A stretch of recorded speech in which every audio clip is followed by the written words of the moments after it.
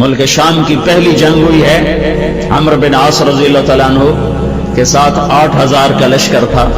صدیقی دور میں پہلی جنگ ہوئی ہے. 1,00,000 رومیوں کا لشکر اور یہ صحابہ 8,000 کو 1,00,000 نے گھیرے میں لیا. تو اس میں ایک صحابی ہیں بہت بڑے، ان کا نام ہے واثلہ بن اسقع رضی اللہ عنہ.